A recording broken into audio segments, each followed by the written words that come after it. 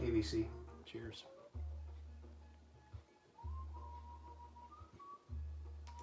Happy New Year, everybody. It's January the 1st, 2023. And I'm back to do a vinyl tag video for 2023, which was released earlier today from Rob Walker. 20 questions. I enjoy the vinyl tags. I've done a few in the past, but not all of them. There have been lists that have been comprised by 2 or 3 different people through the years, but it's a fun exercise, and I thought this would be a good way to kick off the new year with a new video. So I will post Rob's video in the description below if you want to check out the questions and his responses. What is playing in the background is one of my answers, so I'll show you that in a little bit. Before I start, I just want to quickly say thank you to my new subscribers. Thank you to my old subscribers. I have a number of people who continually comment on my videos, and I really appreciate each and every one of you. So thank you so much for all the support that you've been giving me over the years. So I wish you the best in 2023. So the vinyl tag, question number 1. Favorite new album of 2022? And this is fresh off the heels from a video I did last week or the week before, where I showed 2 or 3 albums that potentially could be record of the year for 2022 for me. I've decided to go with Mary Alice and Belladonna from Mary Halverson. Double LP, classical jazz, avant-garde, 2 LP, and Mary is a jazz guitarist. Lots of strings, lots of horns on this. Probably came down to this or Brian Eno's new album. Mary Halverson, album of the year. Question number 2, record from the last concert that I saw. It's been a couple of years actually, thanks to the pandemic, that I've been to a show. But I believe the last show that I saw was Canada's own Gordon Lightfoot. And I'm showing Cold on the Shoulder, which actually just happened to be a album of Gord's that I picked up this year. Last show. Next question is, show an artist whose album is, in my opinion, considered their best album. And I'm going with another Canadian artist. This is Moxie, their debut self-titled album from 1975. These guys, hard rock from Toronto. And this particular album, their debut, features Tommy Bolin on 5 or 6 tracks. I think their best album. Moxie, self-titled, 1975. Next question is question number 4. Show a hat trick, which is essentially show an album with an LP, CD, and a cassette copy. And there's a few selections that I could have gone with. But I ended up going with Uriah Heep's Demons and Wizards.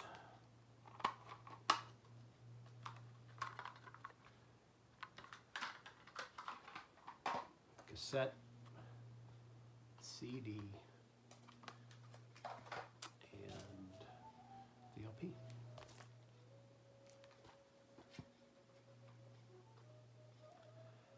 Show an album that begins and ends with the same letter. Now it's a self-titled album. So of course it's the name of the album and the name of the band, and I'm going with Kraftwerk. This is I believe it's 1975 compilation reissue of basically their first 2 albums. So if you see this here, Their self-titled album Kraftwerk and Kraftwerk 2 were the Pylon albums. One had the orange pylon and the other had the green pylon. This is essentially as a UK compilation album, track by track, which features both of those albums. Self-titled Kraftwerk. Next question is number 6. Artist born the same year as me. It's very hard for me to find. I mean, I was able to Google a few names of artists that were born the same year as me. Not many actually that I own. Perhaps one of the most well-known was Rufus Wainwright, who I don't own anything from.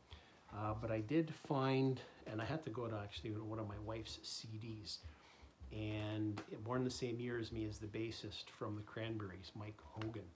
And that is Mike there, sorry about the glare, in the middle on the couch beside Dolores. Mike Hogan, same age as me. Next question is most listened to album from 2022. Very hard, but one that jumped out, one that I know I listened to quite a bit, the most probably, I can't say 100% obviously, is an album I received or I purchased earlier in the year. And just a wonderful jazz album to me, very spiritual. This is Karma from Pharoah Sanders. This is I think this was released in 68 or 69 originally, but this is a 1971 reissue. Earlier in the year when I was still working quite a bit from home, this was just one that I played quite often. Just great, wonderful background music. And then of course, recently in the last 2 or 3 weeks, of course, the Acoustic Sounds reissue of it, I picked up as well just to listen. Such a fantastic record. So I'm going with Karma by Pharoah Sanders. Most listened to artist in 2022. I'm going to go with this guy because the last 6 months of the year I really concentrated on picking up a lot of earlier pressings from Elvis. This happens to be an RCA Silver Spot from the label here that you can see, UK pressing of His Hand in Mine, mono pressing. And of course, as these came trickling in over the last 6 months or so, been listening to Elvis quite a bit. Elvis Presley. Number 9, an artist or album from Australia. There's a lot of newer bands from Australia that have been getting quite a lot of attention and being talked about in over the course of the last year. I haven't honestly been into any of them, so I'm just older school. Not a classic, but Tame Impala, and this is Currents from Australia. The only Tame Impala album that I have, but I really enjoy it. Next question is number 10, halfway through here. Show a surprising purchase. So something that maybe, if you're familiar with my tastes, something that you may think that I not pick up. This was an album that I believe originally heard about from Stunty, Stunt Rock Confusion, on one of his streams. This is music from Saharan WhatsApp. And this is a collection of songs, African-based. I think they were recorded in 3 different countries in Africa. Very tribal, African, world music, just great stuff. Something I don't listen to regularly, but after seeing this on Stunty's channel and sampling the music, it's quite good. Picked it up, actually, Amazon Canada had a copy of this, so happy to get that. Next is show an artist that you're complete on, so something you have everything in their catalog. For me, that would be, I'm going with Dire Straits. This is on Every Street, I believe, from 1981. And I have all their studio albums on LP, but their 2 live albums actually I have on CD. But this is a great album from Dire Straits, On Every Street. I saw them on this tour. Fantastic show. Show a run of 3 albums. Doesn't matter who, doesn't matter when, any run of 3. Oh, I'm going with the 1968 to 1970 first 3 albums from this band, the Soft Machine. And I was able to pick up this self-titled debut from them earlier this year, so it's nice to have this first trio from them. This is volume 2, and probably my favorite of theirs. This is third from 1970, Soft Machine. This is double LP, 4 tracks. I think most people are familiar with Soft Machine. Okay, next question is, show a 1980s soundtrack.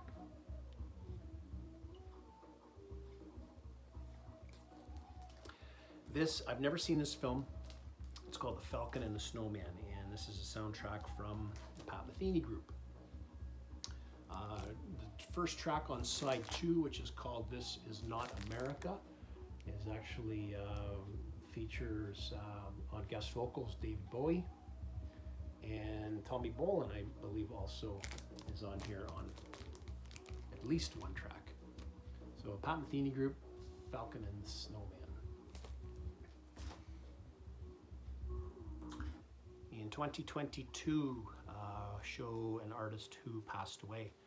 And very recently, in the last couple of months, we lost, most notably, of course, from Fleetwood Mac, the one and only Christine McVie. Just a wonderful artist. Christine Perfect was her maiden name, and this is Perfect album, the legendary Christine Perfect album. This isn't an original pressing. The original pressing just had the picture. Later reissues like this had the border around the back. But of course, from Fleetwood Mac, and I'm happy to say that I was able to see Fleetwood Mac when Christine was in the band. My favorite female artist from Fleetwood Mac. I think she was 79 years old. Rest in peace, Christine. Okay, a disappointing purchase in 2022. This is question 15.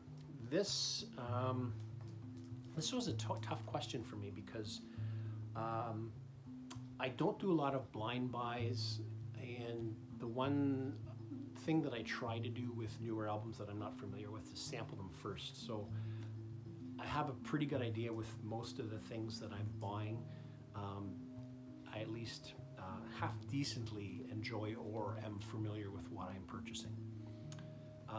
This is an album that I did buy back in January, I think, of 2022, maybe February, and it's actually a 2018 RSD release that there was a copy just kicking around in my record store that I kept looking at. And the reason why I purchased it was because even to this day, I've never had a copy of the original Lumpy Gravy from Frank Zappa.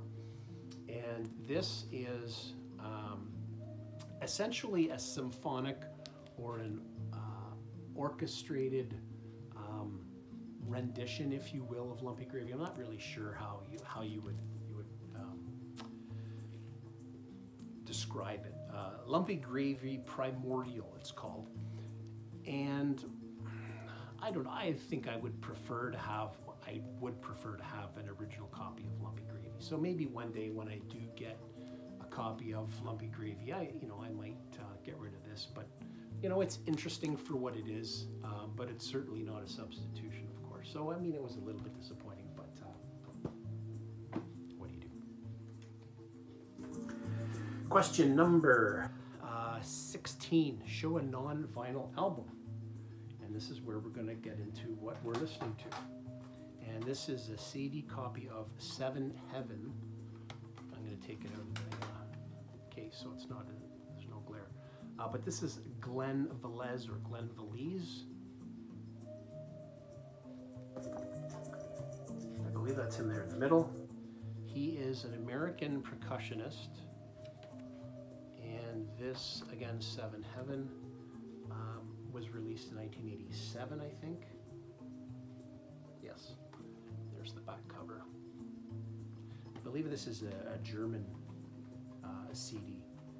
Again, this was an album that I learned about from Stunty at Stunt Rock Infusion.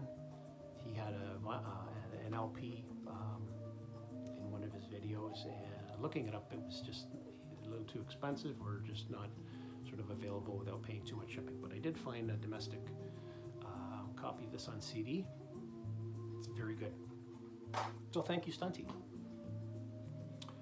Okay, a Grail from 2022, and I showed this in my last video, but I'm going to show it again because it is probably the biggest Grail that I've picked up in 2022. ECM classic from Benny Mountain. This is the Jewel and the Lotus. Talked about quite often over the years in the VC. Just a wonderful jazz, very spiritual, just absolutely takes me away every time. And I was able to find a copy in on Discogs, of course. Would never find this around here. That was in quite good condition. So I bit the bullet and finally have a copy, and so glad to have one. Jewel and the Lotus. Question number 18. We're almost there, folks. Show a space-themed record, either in the music or in the cover. And I'm kind of going with both, but mostly the cover. This is Space Hymns from, I think it's pronounced Ramesses. And I have Oddbox Topper to thank for this. I saw this in one of his videos a number of years ago.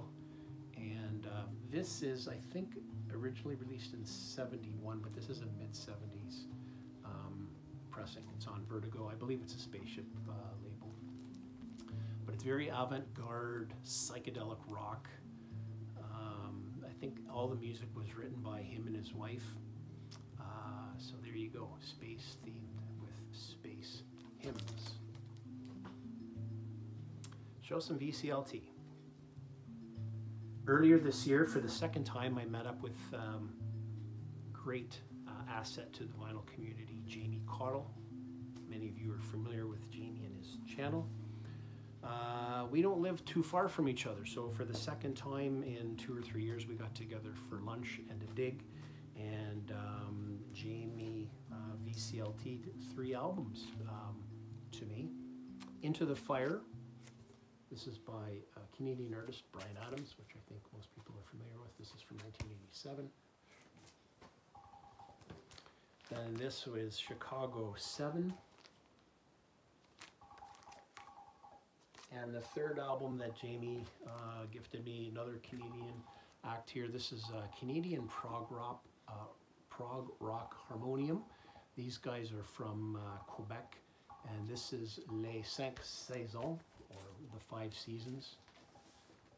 Beautiful record, stunning gatefold cover, inside and out. Wonderful VCLT gifts from Jamie. Thanks again, Jamie, really appreciate it. And question 20, 1 to go, we've made it. If you're still with me, thanks for sticking along. Show an album that's 50 years old this year. So an album that was released in 1973. Like me, I also turned 50 this year, so many choices, of course, but I'm going with this one because this is actually an album that was released on the day that I was born. This is Billy Cobham's Spectrum. Fantastic drummer, fantastic album. Turning 50 years old later this year. So there's the vinyl tag for 2023. Thanks everybody for watching. I hope you enjoyed that. Again, I will link the video to Rob Walker's original video for the tag down below. Please check it out. And I want to thank everybody for watching once again, and I wish you and yours all the best in 2023. Until next time, bye for now.